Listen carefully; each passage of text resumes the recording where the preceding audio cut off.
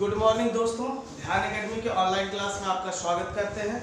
तो दोस्तों, आप लोगों को पता होगा कि इस समय मेरी हिंदी की सीरीज चल रही है और हिंदी की सीरीज में ही जो हमारा सिलेबस चल रहा है वो चल रहा है हमारा समास को लेकर। और आप लोगों ने मेरे पिछले वीडियो देखे होंगे कि समास से संबंधित बहुत सारे जो है वीडियो बन चुके हैं। मैंने आपको पहले वीडियो में समास से रिलेटेड बेसिक जानकारी दी है। उसके बाद मैं बारी बारी से करके एक एक समास के उदाहरण, उनकी परिभाषा और उनके अपवादों को अच्छे तरीके से बताया है। उम्मीद करते हैं कि वो बातें आपको पूरी तरह से समझ में आई होंगी। तो दोस्तों, चलिए उसी सीरीज को आगे बढ़ाने के क्रम में आज का जो हमारा टॉपिक है वो है हमारा कर्मधारय समास को लेकर। तो चलिए दोस्तों, शुरुआत करते हैं। आज हम कर्मधारय समास की परिभाषा, उसके उदाहरण और उनके अपवादों की चर्चा करेंगे। तो बिना देरी किए हुए चलिए शुरुआत करते हैं कर्मधारय समास की। तो दोस्तों, आप लोगों को पता होगा, मैंने आपको जितने भी समास बताए हैं उनकी परिभाषा, उदाहरण, अपवाद तो बताए हैं, लेकिन साथ ही साथ हमने आपको कुछ लॉजिक भी बताया है समासों को लेकर। तो आप लोगों ने देखा होगा कि जिस प्रकार से हमारा जो पहला हमने समास बताया था वो था हमारा द्वंद्व समास, फिर हमने आपको बताया था फिर वो था हमारा द्विगु समास, उसके बाद हमने बताया था आपको अव्ययी भाव समास और फिर हमने बताया था आपको बहुव्रीहि समास। तो इन समासों को लेकर मैंने कुछ लॉजिक भी बताया था कि कैसे हमको जो है पहचानना है और उदाहरण देखते ही हम कैसे पहचान ले कि हमारा कौन सा समास है। तो हमने आपको बताया था द्वंद्व समास में क्या हमको पहचानना है, दो पक्ष होंगे और दोनों के बीच में रस्सी होगी।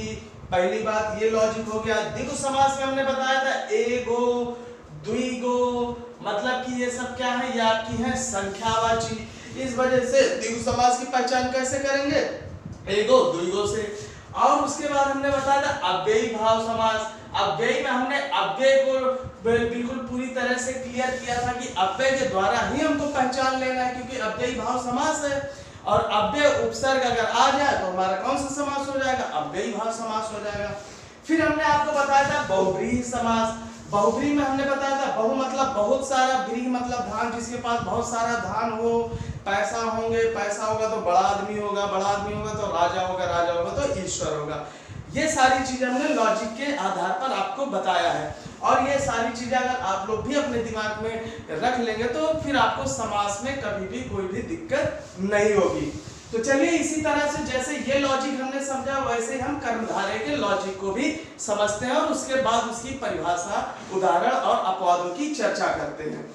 तो देखते हैं कि ये हमारा कर्मधारय समास है, इसको इसी के नाम से ही लॉजिक निकालते हैं और इसी के नाम के आधार पर हम पहचानते हैं कि ये कर्मधारय कैसे होगा। तो चलिए देखते हैं। तो सबसे पहले हम लोग यही देख लेते हैं, कर्मधारय जो दिया है हमारा, इसको हम दो भागों में डिवाइड कर देते हैं। तो दो भागों में जब हम इसको बांट देते हैं तो निकलता है कर्म और धारय। मतलब कह सकते हैं कर्मधारय भी आपका दो शब्दों से मिलकर बना, एक है आपका कर्म और दूसरा आपका धारय। तो कर्म और धारय कहते हैं जो शब्द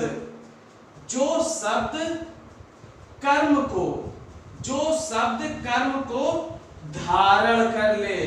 धारय मतलब क्या हो जाएगा आपका, धारण करना, और कर्म मतलब हो जाए क्या, उसके गुण को लेकर। बस थोड़ा सा लॉजिक लगाना है, ऑटोमेटिक समझ में आ जाएगा कि ये कर्मधारय समास कैसे जो है हमको पता चल जाएगा। तो हमने क्या बोला, जो शब्द कर्म को धारण कर ले उसी को ही हम लोग क्या बोलते हैं, कर्मधारय। अब समझते कैसे कोई शब्द जो है कर्म को धारण कर देता है। हमने जैसे बोला नील गगन, आपके दो शब्द मिल गए हैं, नील गगन, और आपको पता भी है कि किसका उदाहरण है, ये कर्मधारय का है। और इसी उदाहरण से देखिए इसका लॉजिक हम लोग निकालते हैं। तो हमने क्या देखा, नील गगन मतलब कि इसका अर्थ क्या निकलेगा, नीला गगन। नीला गगन, गगन मतलब क्या होता है हमारा, आकाश। तो अब हम लोगों ने क्या देखा कि गगन हमारा कैसा है, आकाश हमारा कैसा है, वो है नीला। तो हम कह सकते हैं कि ये जो हमारा शब्द है गगन, इसने जो है नीले, जो नीला कर्म है, जो नीला गुण है, उसको क्या कर लिया, इसने धारण कर लिया है। बात समझ में आई कि मैं क्या कहना चाह रहा हूं? मैं ये कहना चाह रहा हूं कि कि हमको लॉजिक ढूंढना है, कर्मधारय हमको कैसे पहचानना है। कोई शब्द अगर कर्म को धारण कर ले, जैसे एक एग्जांपल और हम ले लेते हैं। हमने बोला कि नील कमल, नील कमल, तो कमल हमारा कैसा है, नीला है, ये है कर्म, और कर्म को कौन धारण कर रहा है, तो वो धारण कर रहा है कमल। अब इसकी अगर हम लोग परिभाषा देखें तो परिभाषा में क्या होगा, चलिए इसको देख लेते हैं परिभाषा में। तो परिभाषा तो हमको यहीं से निकालना पड़ेगा, तो चलिए देखते हैं हमने क्या बताया था आपको। फिर आज आपका खाली है, फिर से भरते हैं। तो पूर्व पद तो हमने कैसे भरना स्टार्ट किया था, नीचे से बहु व्यय कर रही है, पति से द्वंद्व हो रहे हैं। 3 समास आपके हो चुके, बचे कौन कौन से, तो वो है हमारा कर्मधारय, और उसके बाद है द्विगु, और फिर है हमारा तत्पुरुष समास। तो आज हम जिसकी चर्चा कर रहे हैं वो है हमारा कर्मधारय समास। तो चलिए इसकी परिभाषा क्या हो जाएगी, जिस समास का उत्तर पद प्रधान हो। अब समझ में आएगा, पूर्व पद किसे बोलते हैं, नील को हो गया हमारा पूर्व पद ये वाला, उत्तर पद कौन हो गया हमारा, कमल हो गया। तो अब हम क्या देख रहे हैं, उत्तर पद क्या है, इसमें मुख्य है, प्रधान है।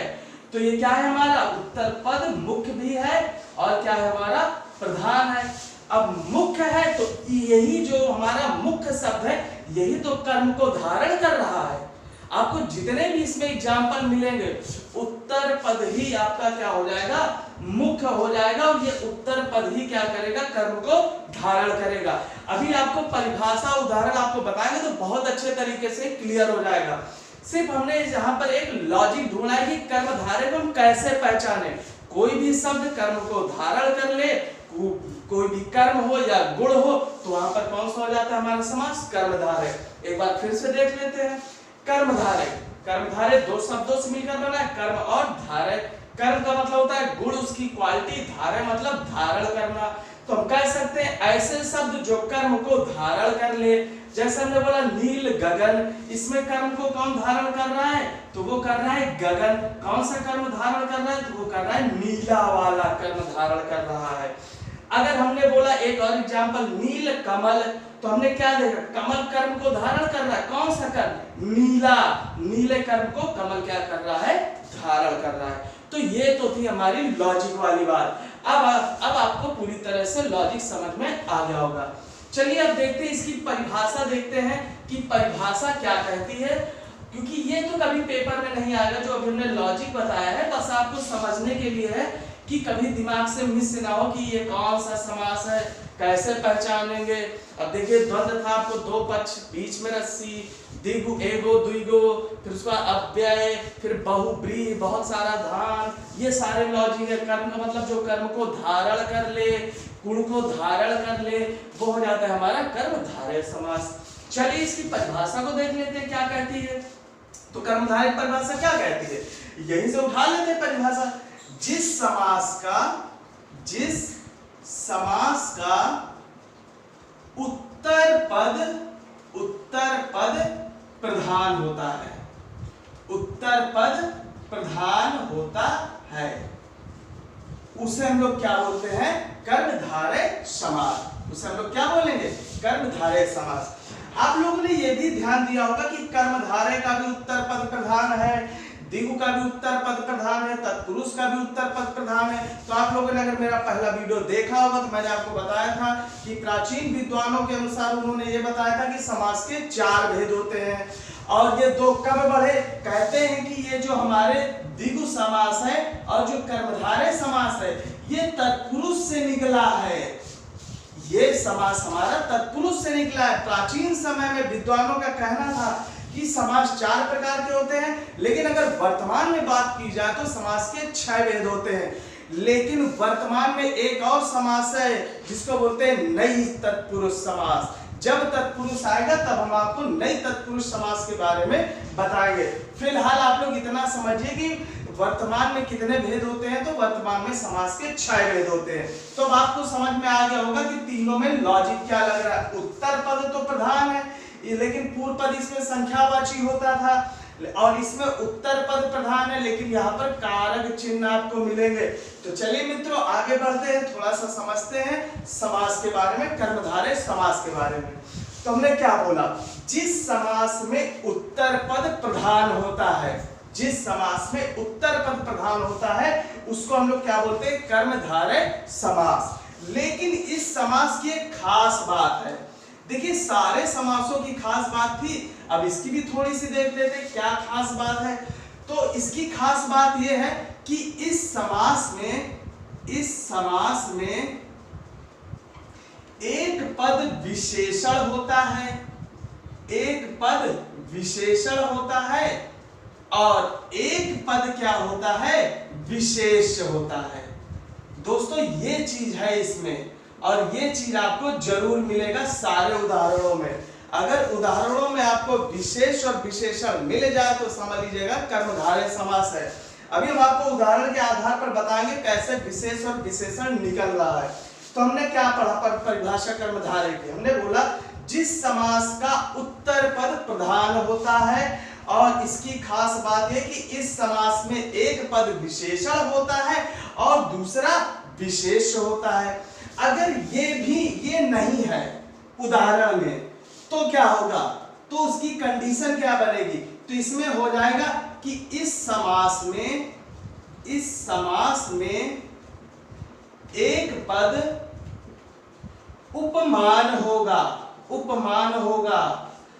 और एक पद उपमेय होगा। तो दोस्तों अब ये चीज आप लोग ध्यान दीजिएगा, इसको भी पूरी तरह से विश्लेषण कर रहे हैं तो आपको समझ में आएगा।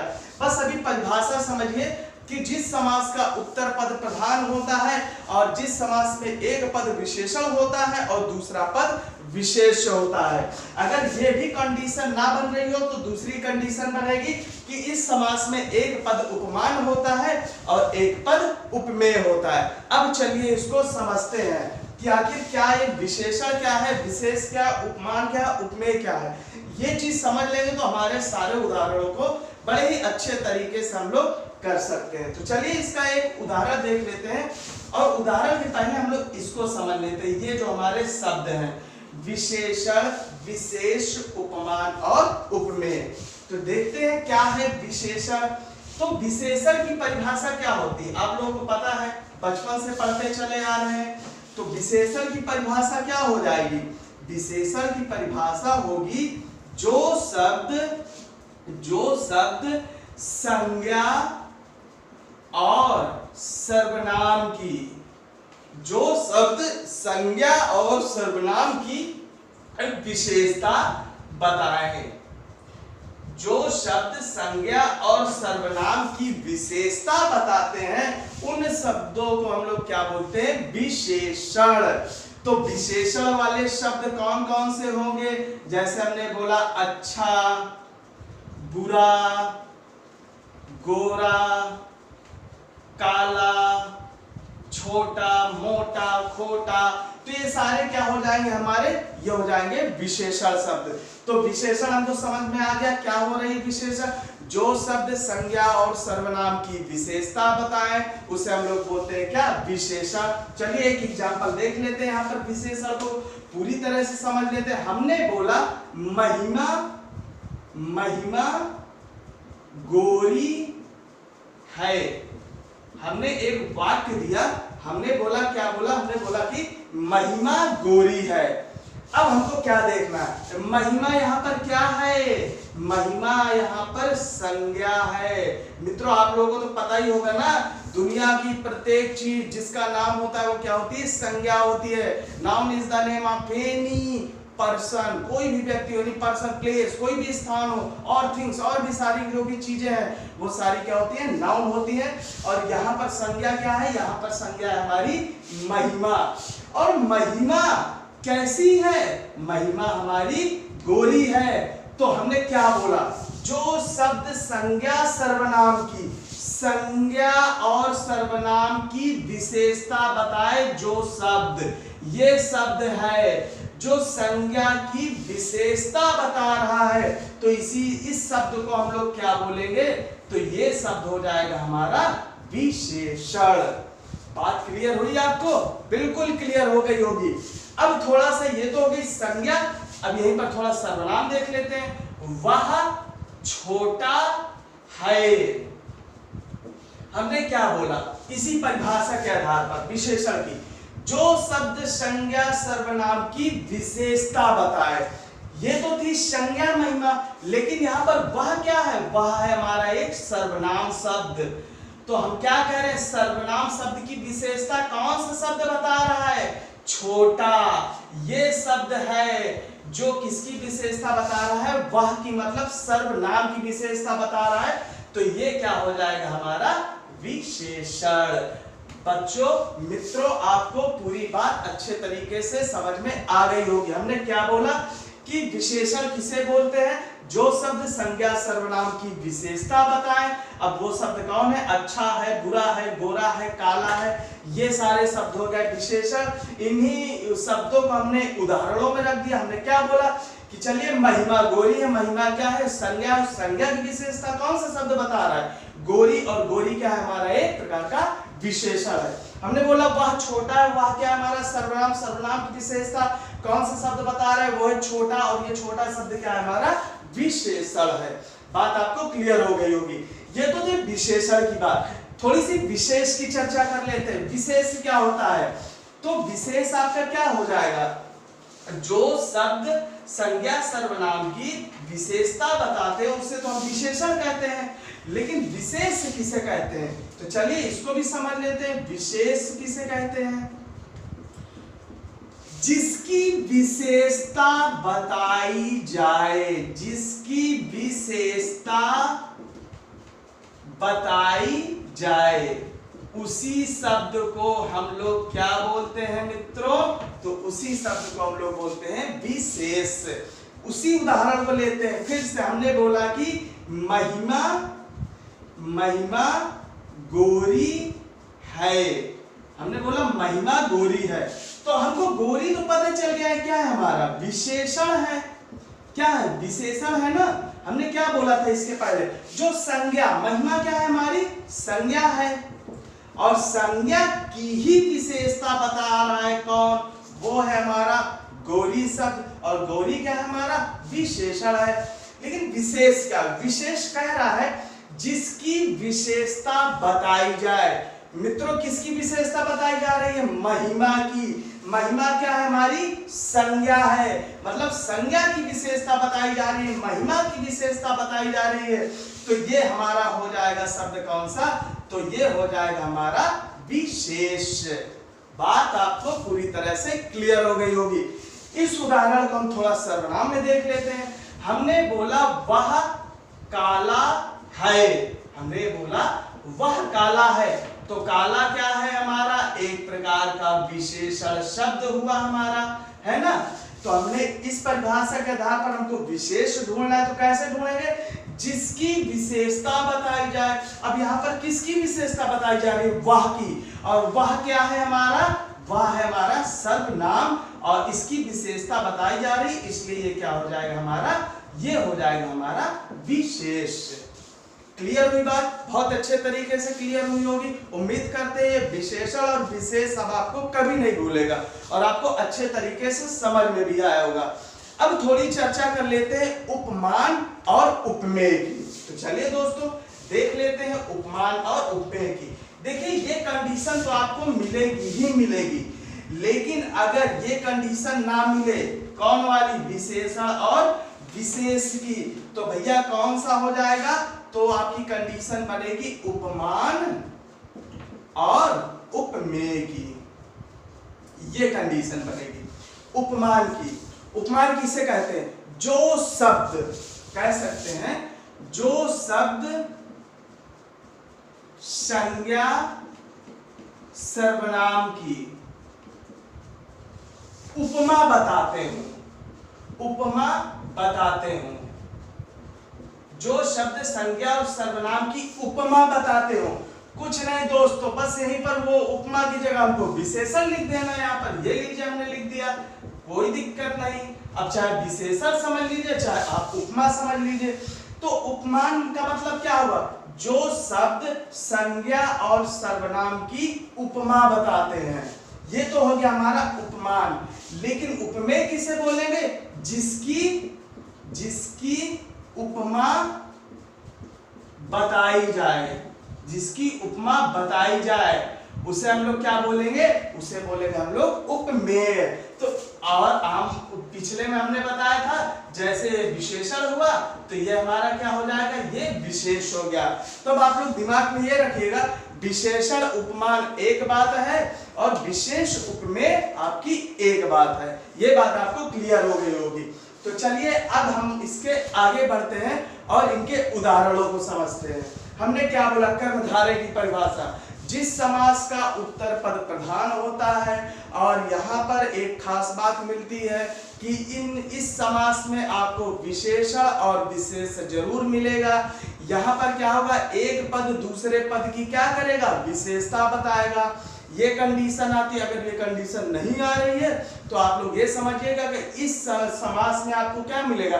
उपमा, उपमान और उपमेय। उपमान का मतलब जिसकी विशेषता बताई जाए और उपमेय का मतलब क्या? नहीं, उपमान का मतलब क्या होगा? जिस शब्द से विशेषण, जैसे मान लीजिए हमारा विशेषण हुआ तो उपमान क्या होगा? जो शब्द संज्ञा और सर्वनाम की क्या करें? उपमा बताए या विशेषता बताए। और उपमेय किसे बोलेंगे? जिसकी उपमा हमको बताई जा रही है। चलिए अब आगे बढ़ते हैं, थोड़ा सा इनके उदाहरणों को समझते हैं। हमने क्या बोला?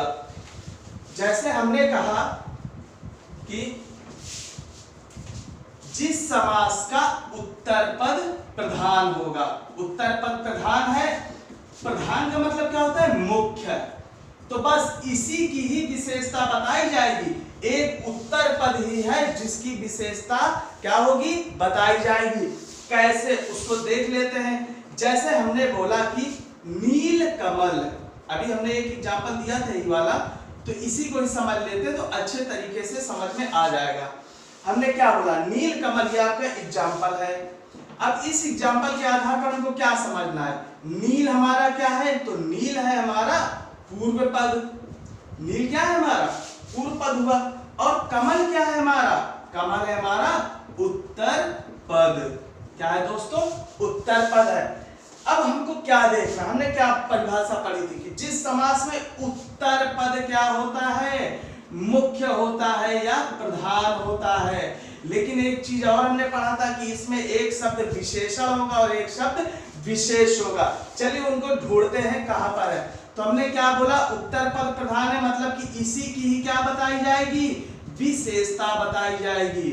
ठीक है, जिसकी विशेषता बताई जाती है उसको हम लोग क्या बोलते हैं?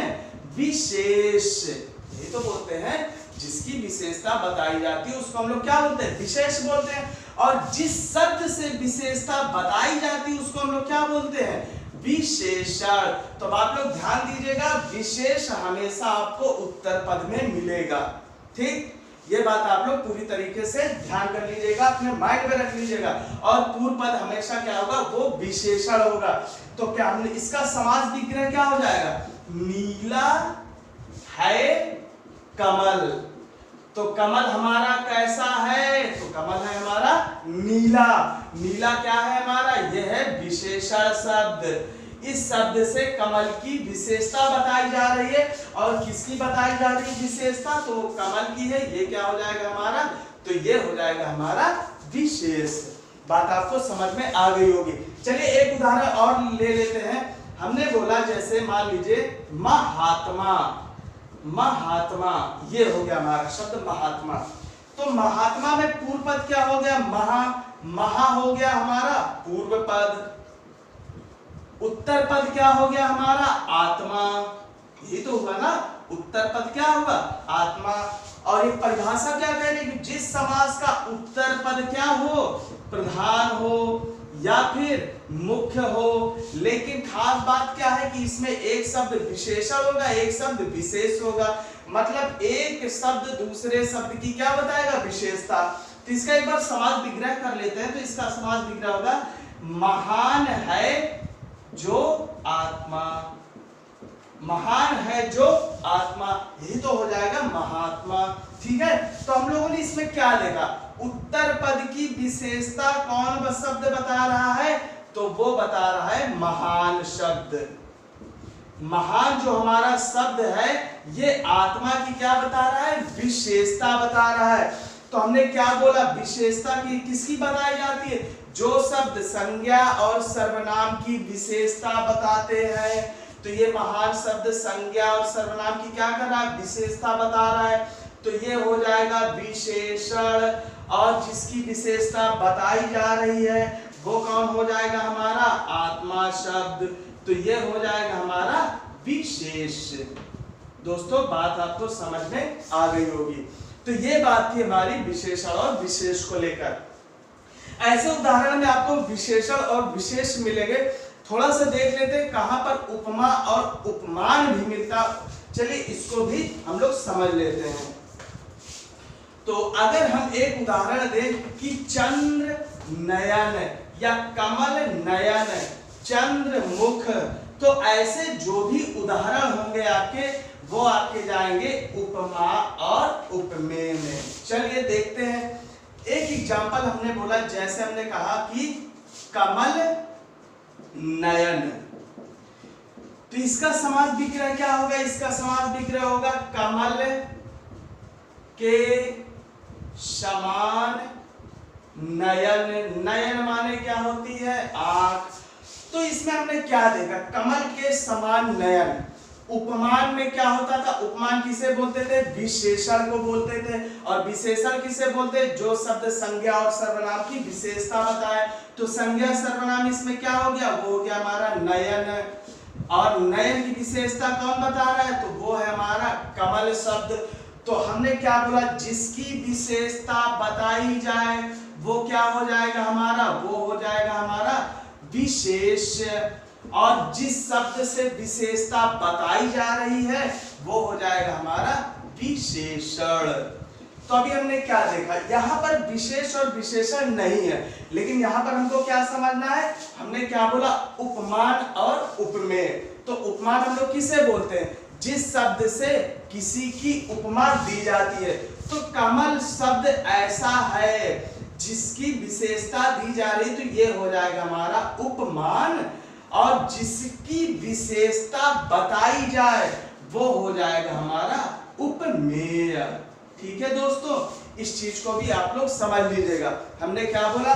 जिस शब्द से किसी संज्ञा और सर्वनाम की विशेषता बताई जाती है तो उपमान, और जिसकी विशेषता बताई जा रही है उसे हम लोग बोलते हैं उपमेय। विशेषता किसकी बताई जा रही है? नयन की। नयन कैसे है? कमल के समान है। यह है विशेषण शब्द जो कि नयन की विशेषता बता रहा है। ठीक है, तो अब आपको समझ में आ गया होगा उपमेय, उपमान, विशेष, विशेषण। नोट कर लीजिए यहाँ पर, ये जो हमारा कर्मधारय समास है, अगर कर्मधारय समास में आपको विशेषण, विशेष्य, संज्ञा, सर्वनाम, उपमान, उपमेय जैसे शब्द अगर आपको मिल जाए तो आप आंख बंद करके कर्मधारय समास में लगा दीजिएगा, क्योंकि ये कर्म को क्या करते हैं? धारण करते हैं। बात आपको समझ में आ गई होगी। चलिए कुछ उदाहरण है उनको समझ लेते हैं और फिर इनके अपवादों की भी चर्चा करते हैं। तो चलिए देखते हैं इनके कुछ उदाहरण कौन कौन से हैं। जैसे देखते हैं इनके उदाहरण। नील गाय, नील गाय एक उदाहरण ये हो गई। ये केवल और केवल कर्मधारय समास के हैं। अभी आपको इनके अपवाद ही बताते हैं। परमानंद, परमानंद, महापुरुष, महापुरुष, प्राण प्रिय, प्राण प्रिय,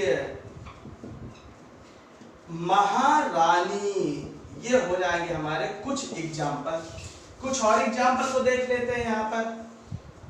जैसे हमने कहा मृग नयन, मृग नयन, चंद्रमुख, चंद्रमुख, कमल नयन, कमल नयन।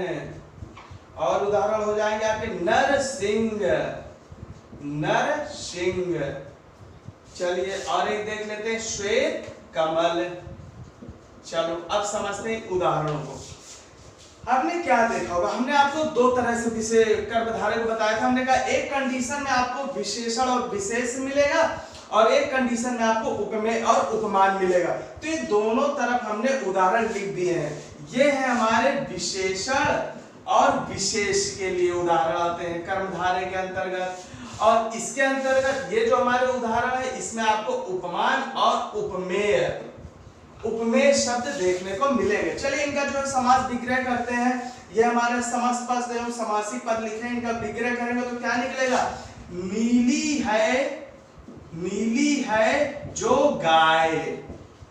नीली है जो गाय। अभी आप लोगों ने इसके पहले बहुब्रीहि समास भी पढ़ा होगा और आप लोगों के दिमाग में ये आ रहा होगा, सर आपने उसमें बताया था कि है जो, है जिसका, है जिसकी, ऐसे शब्द आए तो बहुब्रीहि समास आता है विग्रह करने पर। हाँ आता है, कर्मधारय में भी आता है, लेकिन उसमें विशेष अर्थ निकलता था।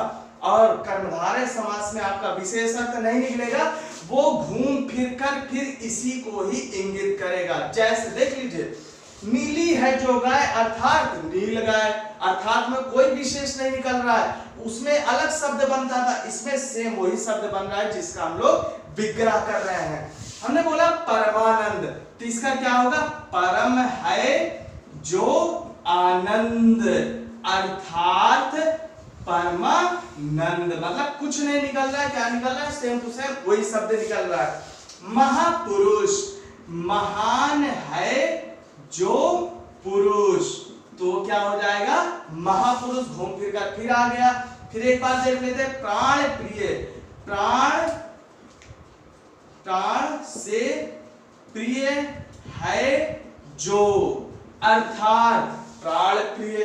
फिर आते हैं महारानी, महान है जो रानी, अर्थात घूम फिर कर फिर कहां पहुंचे, महारानी में। तो बहुब्रीहि कर्मधारय में बस यही लॉजिक निकालना है कि बहुब्रीहि में जो है एक विशेष अर्थ बनेगा, एक माइंड में चित्र बनेगा और उसमें ज्यादातर ईश्वर के नाम आ जाएंगे, भगवान के नाम आएंगे, पौराणिक नाम आएंगे। लेकिन यहाँ पर क्या मिलेगा आपको, अर्थात में कुछ नहीं मिलेगा, घूम फिर कर जिसका हम विग्रह कर रहे हैं वही चीज हमको पुनः मिल जाएगी। ये तो हो गया हमारे विशेषण विशेष। इसमें अच्छा आप लोग बताइए कि विशेषण कौन है और विशेष कौन है। तो हमने क्या बोला, उत्तर पद हमेशा क्या होता है, विशेष होता है। तो इधर वाला जो भी है ये क्या है हमारा विशेष। और विशेष को हमने क्या परिभाषा बताई थी कि जिसकी विशेषता बताई जाए, जिसकी विशेषता बताई जाए उसकी हम लोग क्या, उसे हम लोग क्या बोलते हैं, विशेष। लेकिन जिस शब्द से विशेषता बताई जा रही है उसे हम लोग क्या बोलते हैं, तो मित्रों उसे हम लोग बोलते हैं विशेषण। गाय की विशेषता कौन बता रहे हैं, नीला। नीला शब्द मतलब कि गाय कैसी है, नीली है। नीली क्या कर रहा है, इसकी गाय की विशेषता बता रहा है। आनंद कैसा है, परम है, आनंद की विशेषता परम शब्द बता रहा है, इस वजह से क्या हो गया, विशेषण हो गया। पुरुष कैसा है, महान है, महान एक शब्द कैसा है, विशेषण। और किसकी विशेषता बता रहे हैं, पुरुष की। और ये हमारा प्राण से प्रिय, मतलब कि प्राण से प्रिय, प्रिय कौन हो गया, प्रिय कैसा है, वो प्राण से है, प्राण से इसकी मतलब तुलना की जा रही है। महारानी, महान है जो रानी, रानी की विशेषता कौन सा शब्द बता रहा है, महान शब्द। तो महान यहाँ क्या हो जाएगा, विशेषण, और रानी क्या हो जाएगी हमारे यहाँ पर विशेष्य।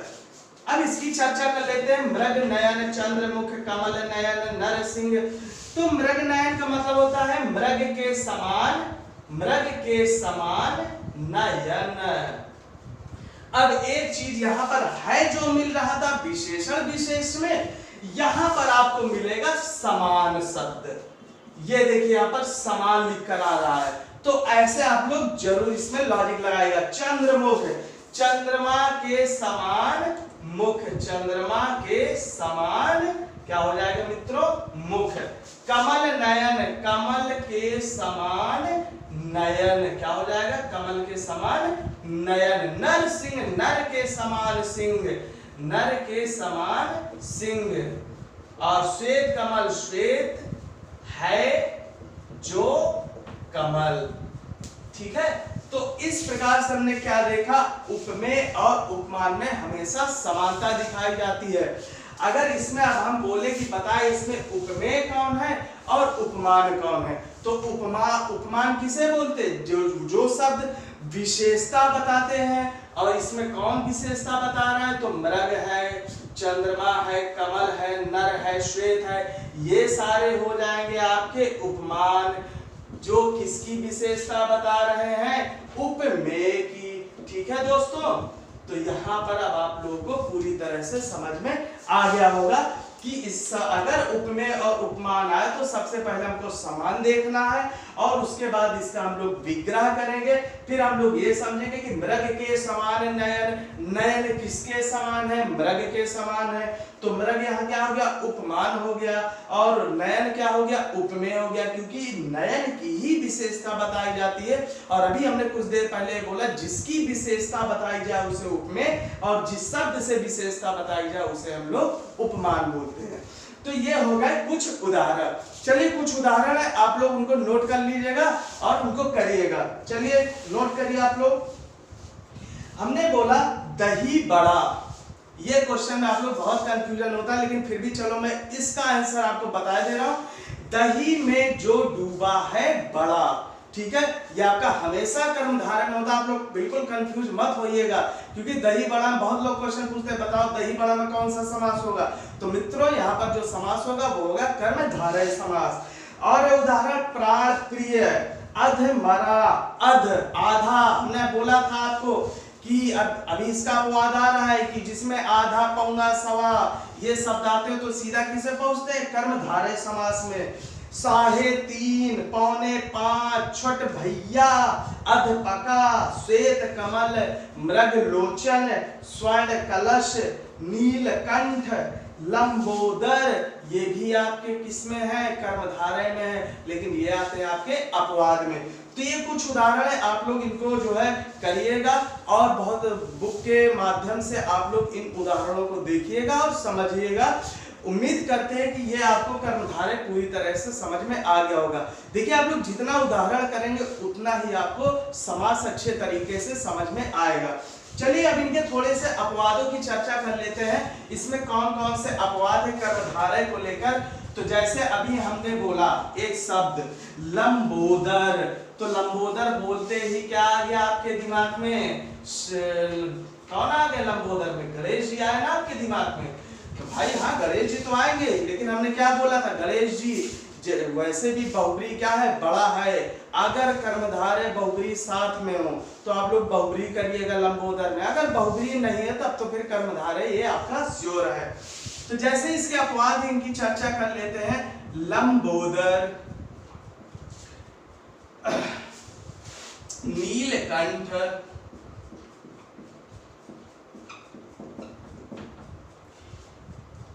परमेश्वर,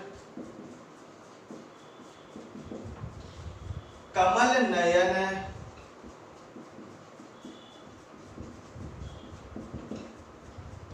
पीतांबर,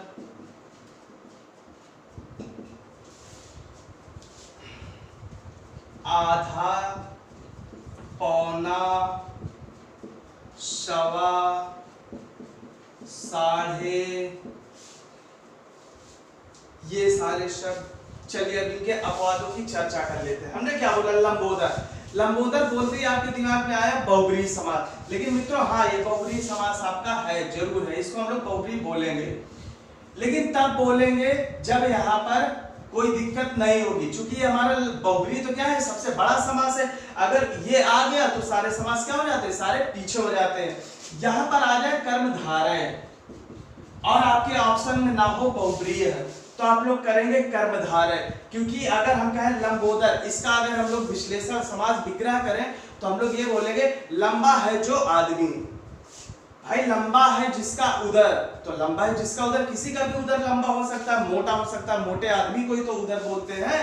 तो कह सकते हैं लंबा है जिसका पेट, मोटा है जिसका पेट, बहुत सारे हलवाई वगैरह हैं उनके पेट बहुत सारे मोटे मोटे होते हैं ना, तो हम लोग कह सकते हैं ये किस में जाएगा, कर्मधारय में जाएगा।